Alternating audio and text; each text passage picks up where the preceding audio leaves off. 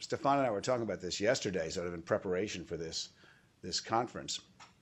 And I still advise, and even without the Citizens United decision, I've advised a lot of clients in the industries that I usually end up working with, which are mostly healthcare industries, not to give any money to either side.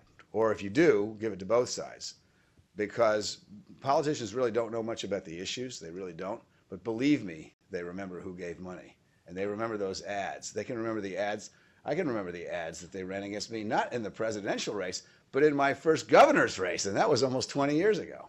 You never forget that stuff. And you may have a hard, we do a lot of work in the biotech industry, and we have a hard time differentiating in people's minds biotech from pharma. But they remember the ads, and they remember who was on whose side and who wasn't. And it makes a big difference. Many of you are in that end of the business. You know how hard it is to get in to see some people, and especially if you've been an active contributor to an ad that ended up really inflaming the election or insulting someone or so forth. So politicians are thin-skinned. They have incredibly long memories.